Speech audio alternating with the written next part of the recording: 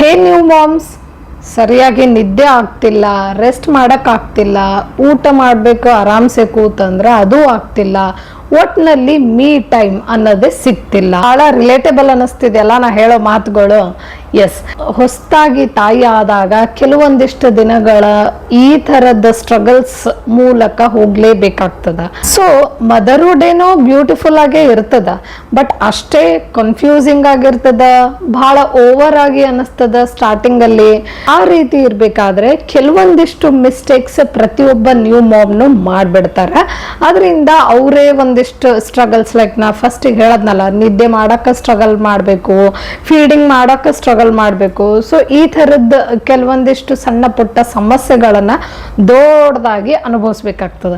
ನಾನು ಕೂಡ ನನ್ನ ಮದರ್ಹುಡ್ ಜರ್ನಿ ಸ್ಟಾರ್ಟ್ ಆಗ್ಬೇಕಾರೆ ಬಿಗಿನಿಂಗಲ್ಲಿ ಗೊತ್ತಿಲ್ಲದೇನೆ ಭಾಳ ಎಕ್ಸಾಷನ್ ಮತ್ತು ಕನ್ಫ್ಯೂಷನಲ್ಲಿ ಕೆಲವೊಂದಿಷ್ಟು ಪ್ರಾಬ್ಲಮ್ಸ್ ಎದುರಾಗಿರುವಂಥದ್ದನ್ನು ಹೇಗೆ ಫೇಸ್ ಮಾಡಬೇಕು ಅನ್ನೋದು ಗೊತ್ತಿಲ್ಲದೇನೆ ಎಲ್ಲ ಮೆಸ್ಸಿಯಾಗಿ ಮಾಡ್ಕೊಂಡ್ಬಿಟ್ಟಿದ್ದೆ, ಕೆಲವೊಂದಿಷ್ಟು ಮಿಸ್ಟೇಕ್ಸು ಮಾಡಿಬಿಟ್ಟಿದ್ದೆ.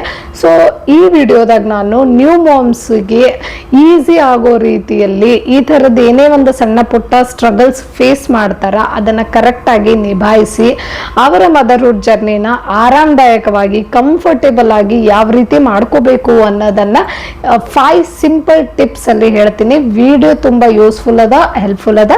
ಸೊ ವಿಡಿಯೋನ ಕೊನೆವರೆಗೂ ಪೂರ್ತಿಯಾಗಿ ಸ್ಕಿಪ್ ಮಾಡಿದೆ ನೋಡ್ರಿ.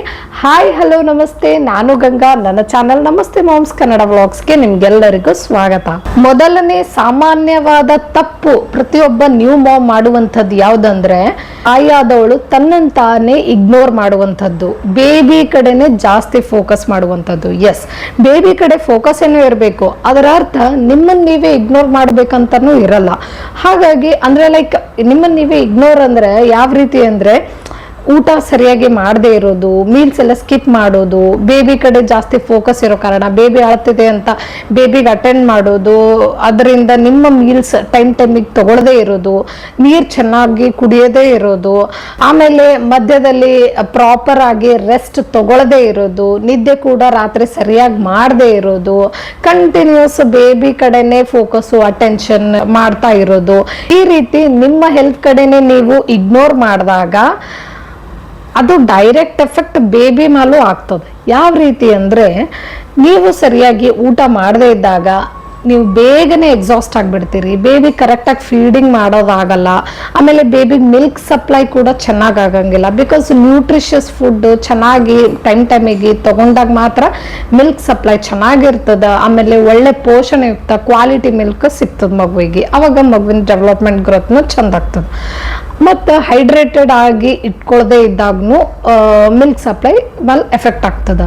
ಸೊ ಚೆನ್ನಾಗಿ ನೀರು ಕುಡಿಬೇಕು, ಇದರಿಂದ ಸಣ್ಣ ಪುಟ್ಟ ತಲೆನೋವು, ಹೊಟ್ಟೆ ನೋವು, ಅಜೀರ್ಣ ಆ ಸಮಸ್ಯೆ ಎಲ್ಲ ಕಾಡಂಗಿಲ್ಲ. ಹಾಗಾಗಿ ನಿಮ್ಮನ್ನು ನೀವೇ ಇಗ್ನೋರ್ ಮಾಡ್ಕೋಬಾಡ್ರಿ. Because a healthy mom is equal to a healthy baby. Next ತಪ್ಪು ಯಾವುದಂದ್ರೆ, ನಮ್ಮ ಬೇಬಿನ ಬೇರೆ ಬೇಬಿ ಜೊತೆ ಕಂಪೇರ್ ಮಾಡೋದು.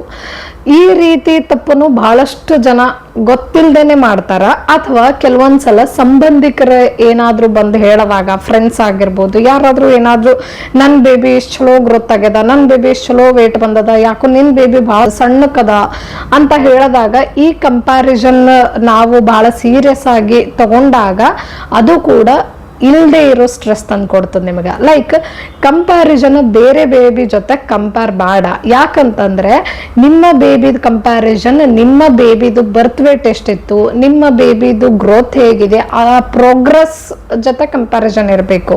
ಸ್ವಲ್ಪ ಕೆಲವೊಂದ್ಸಲ ಕೆಲವು ಮಕ್ಕಳು ಬೇಗ ಮೈಲ್ ಸ್ಟೋನ್ಸ್ ರೀಚ್ ಆಗ್ತವ, ಕೆಲವು ಮಕ್ಕಳು ಒಂದು ಸ್ವಲ್ಪ ಲ್ಯಾಗಿಂಗ್ ಬಿಹೈಂಡ್ ಇರ್ತಾವ.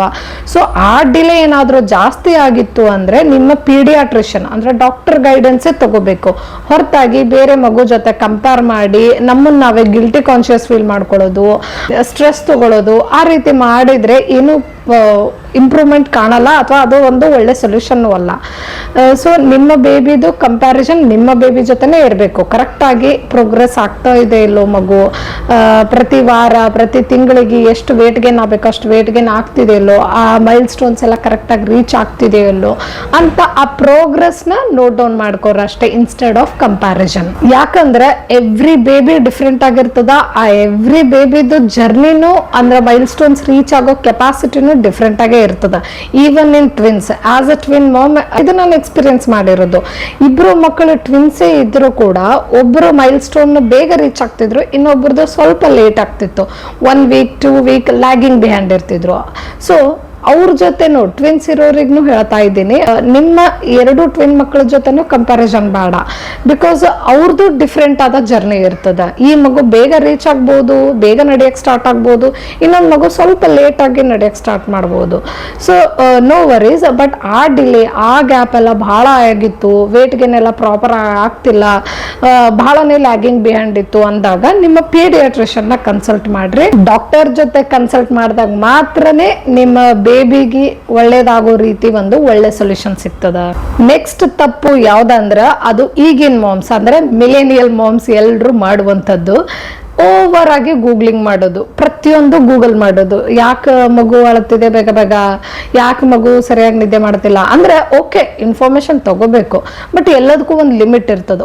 ಓವರ್ ಆಗಿ ಥಿಂಕ್ ಮಾಡ್ತಾ ಓವರ್ ಇನ್ಫಾರ್ಮೇಶನ್ ಕಲೆಕ್ಟ್ ಮಾಡೋದ್ರಿಂದ, ಅದು ಬೇರೆ ಬೇರೆ ಒಂದು 10 ಸೋರ್ಸಸ್ ಇಂದ ಇನ್ಫಾರ್ಮೇಶನ್ ಕಲೆಕ್ಟ್ ಮಾಡೋದ್ರಿಂದ ಇದು ಮಿಸ್ಗೈಡ್ ಆಗ್ಬಿಡ್ತದೆ. ಅಂದ್ರೆ ಇದು ಮಿಸ್ಗೈಡ್ ಅನ್ನೋಕ್ಕಿಂತ ಒಂಥರ ಆಂಗ್ಸೈಟಿ ಡೆವಲಪ್ ಮಾಡ್ತದ. ಅದರಲ್ಲೂ ಹೊಸದಾಗಿ ತಾಯಿ ಆದಾಗ ಇನ್ನ ಮೆಂಟಲ್ ಹೆಲ್ತ್ ಅಷ್ಟೊಂದು ಸ್ಟೇಬಲ್ ಆಗಿರಲ್ಲ, because of hormonal changes, mood swings ಎಲ್ಲ ಆಗ್ತಿರ್ತದ. ಆ ಟೈಮಲ್ಲಿ ಈ ತರ ಓವರ್ ಇನ್ಫಾರ್ಮೇಶನ್ ಚಿಂತೆಗೆ ಈಡ್ ಮಾಡ್ತದ. ಆ ಚಿಂತೆ ಎಲ್ಲ ಜಾಸ್ತಿ ಆಗಿ ನಿಮ್ಮ ಹೆಲ್ತ್ ಮೇಲೂ ಎಫೆಕ್ಟ್ ಆಗ್ತದ, ಮತ್ತ ಮಗುದು ಆರೈಕೆ ಕೂಡ ಕರೆಕ್ಟ್ ಆಗಿ ಆಗಲ್ಲ, ಬಾಂಡಿಂಗ್ ಕೂಡ ಸರಿಯಾಗಿ ಆಗಲ್ಲ. ಹಾಗಾಗಿ 1 ಅಥವಾ 2 ರಿಲಯಬಲ್ ಟ್ರಸ್ಟೆಡ್ ಸೋರ್ಸಸ್ ಮಾತ್ರ ಇಟ್ಕೊಳ್ರಿ, ಅಲ್ಲಿಂದ ಮಾತ್ರ ಇನ್ಫಾರ್ಮೇಶನ್ ಕಲೆಕ್ಟ್ ಮಾಡ್ಕೊಳ್ಳೋದು. ಏನೇ ಇನ್ಫಾರ್ಮೇಶನ್ ಬೇಕಂದ್ರೂ 1 2 3 ಅಷ್ಟೇ, ಅದ್ರಗಿಂತ ಜಾಸ್ತಿ ಬೇಡ. ಬಿಕಾಸ್ ಓವರ್ ಆಗಿ ಬಂತ ಇನ್ಫಾರ್ಮೇಶನ್ ಅಂದ್ರೂ ನಾ ಹೇಳದಂಗ ಚಿಂತೆ ಜಾಸ್ತಿ ಆಗ್ಬಿಡ್ತದ.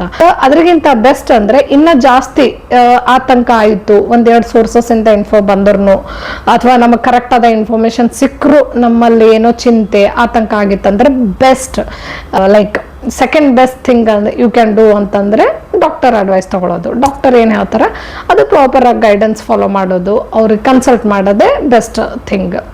ಮತ್ತು ಇಂಟರ್ನೆಟ್ನಾಗ ಇರೋದು ಎಲ್ಲನೂ ನಿಮ್ಮ ಬೇಬಿಗೆ ಅಪ್ಲೈ ಆಗಲ್ಲ. ಆ್ಯಕ್ಚುಲಿ ನಿಮ್ಮ ಗಟ್ ಫೀಲಿಂಗ್ ಏನಿರ್ತದಲ್ಲ ಅದೇ ಸ್ಟ್ರಾಂಗ್ ಆಗಿರ್ತದ, ಅದೇ ನಿಮಗೆ ಸ್ಟ್ರೆಂತ್ ಕೊಡೋದು. ನೆಕ್ಸ್ಟ್ ತಪ್ಪು ಯಾವುದಂದ್ರೆ ಬೇರೆ ಯಾರ್ದು ಸಹಾಯ ತಗೊಳ್ದೇನೆ ಆ ಮದರ್ಹುಡ್ ನಾನೇ ಮಾಡಬೇಕು ಎಲ್ಲಾನು ನನ್ನ ಬೇಬಿಗಂತ ನಾವೇ ಮಾಡೋದು ಪ್ರತಿಯೊಂದು ಕೆಲಸನೂ. ಆ ರೀತಿ ಮಾಡೋದನ್ನು ತಪ್ಪಾಗ್ತದೆ. ಯಾಕಂದ್ರೆ ಒಬ್ಬರ ಸಹಾಯ ಅವಶ್ಯಕ ಇರ್ತದೆ. ಅವಾಗ ಮದರ್ಹುಡ್ ಅನ್ನೋದು ಒಬ್ಬರ ಸಹಾಯ ಕೇಳೋದ್ರಿಂದ ಅದು ನೀವು ವೀಕ್ ಇದ್ದೀರಂತ ತೋರಿಸ್ಕೊಳ್ಳೋದಾಗಿರಲ್ಲ, ಬಟ್ ವೈಸ್ ಡಿಸಿಷನ್ ಮಾಡ್ತಿಲ್ಲ ನೀವು ಅಂತ ಅದರ ಅರ್ಥ. ಓಕೆ ಬೇಬಿಗೆ ಎಲ್ಲನೂ ನಾವು ಮಾಡ್ಬೋದು, ಬಟ್ ನಮಗೂ ಒಂದು ಹೆಲ್ಪ್ ಬೇಕಾದಾಗ, ನಮ್ಗೆ ಪ್ರಾಪರ್ ಆಗಿ ರೆಸ್ಟ್ ಬೇಕು, ಆ ಟೈಮಲ್ಲಿ ಬೇಬಿಗೆ ಒಂದು ಸ್ವಲ್ಪ ಅಟೆಂಡ್ ಮಾಡೇಬೇಕಾಗ್ತದೆ ಯಾರಾದ್ರೂ. ಅವಾಗ ಒಬ್ಬರ ಸಹಾಯ ಬೇಕೇ ಬೇಕಾಗ್ತದ. ಮಗುಗೂ ಎಲ್ಲರ ಕಡೆ ಬೆಳೆದಂಗ ಆಗ್ತದ. ಸೊ ಅದು ಕೂಡ ಅದ್ರ ಮೆಂಟಲ್ ಗ್ರೋತಿಗೆ ಬಹಳನೇ ಪಾಸಿಟಿವ್ಲಿ ಎಫೆಕ್ಟ್ ಆಗ್ತದ.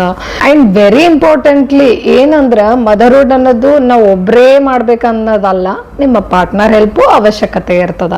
ಸೊ ನಿಮ್ಮ ಬೇಬಿಗೆ ಎಲ್ಲಾನು ನೀವು ಒಬ್ಬರೇ ಮಾಡಿ ಬರ್ನ್ಔಟ್ ಆಗ್ಬೇಡ್ರಿ. ನಿಮ್ಮ ಪಾರ್ಟ್ನರ್ ಹೆಲ್ಪ್ ಅಥವಾ ಮನೆಯಲ್ಲಿ ಯಾರು ನಿಮಗೆ ಕ್ಲೋಸ್ ಇದ್ದಿರ್ತಾರ ಅವರು ಒಬ್ಬರ ಸಹಾಯ ತಗೊಳ್ಳೋದು ಬಹಳನೇ ಒಳ್ಳೇದು. ನೀವು ಯಾವ ಮಿಸ್ಟೇಕ್ ಮಾಡತ್ತೀರಿ, ಇಷ್ಟೊಂದು ಮಿಸ್ಟೇಕ್ಸ್ ಹೇಳಿದೆ 5 ಮಿಸ್ಟೇಕ್ಸ್. ಈ 5 ಮಿಸ್ಟೇಕ್ಸ್ ಅಲ್ಲಿ ನೀವು ನಿಮಗೆ ಗೊತ್ತಿಲ್ಲದೇನೆ ಯಾವ್ದಾದ್ರು ತಪ್ಪು ಮಾಡ್ತಿರ್ಬಹುದೇನೋ, ಯಾವ ತಪ್ಪು ಮಾಡ್ತಿದ್ದೀರಾ ಅಂತ ನನ್ನ ಕಮೆಂಟ್ ಸೆಕ್ಷನ್ನಾಗ ಹೇಳ್ರಿ. ಆ್ಯಂಡ್ ನೀವು ಇನ್ನೂ ಪ್ರೆಗ್ನೆಂಟ್ ಆಗಿದ್ರಿ ಆ್ಯಂಡ್ ಎಕ್ಸ್ಪೆಕ್ಟಿಂಗ್ ಮಾಮ್ ಆಗಿದ್ರಿ ಅಂತ ಅಂದ್ರೆ ಈ ವಿಡಿಯೋದಿಂದ ನಿಮ್ಗೆ ಯೂಸ್ ಆಗಿದೆ ಅಂತ ಅನ್ಕೊಂಡಿದ್ದೀನಿ. ಇಲ್ಲಿಗೆ ಈ ವಿಡಿಯೋನ ಮುಗಿಸ್ತಾ ಇದ್ದೀನಿ. ನಿಮ್ಗೆ ಹೇಗೆ ಅನ್ನಿಸ್ತು ಈ ವಿಡಿಯೋ? ಯೂಸ್ಫುಲ್ ಅನ್ಸಿದ್ರೆ ಲೈಕ್ ಮಾಡ್ರಿ, ಕಮೆಂಟ್ ಮಾಡ್ರಿ. ಮತ್ತೆ ಮುಂದಿನ ವಿಡಿಯೋದಲ್ಲಿ ಭೇಟಿ ಆಗೋಣ. ಅಲ್ಲಿವರೆಗೂ ಬಾಯ್, ಟೇಕ್ ಕೇರ್.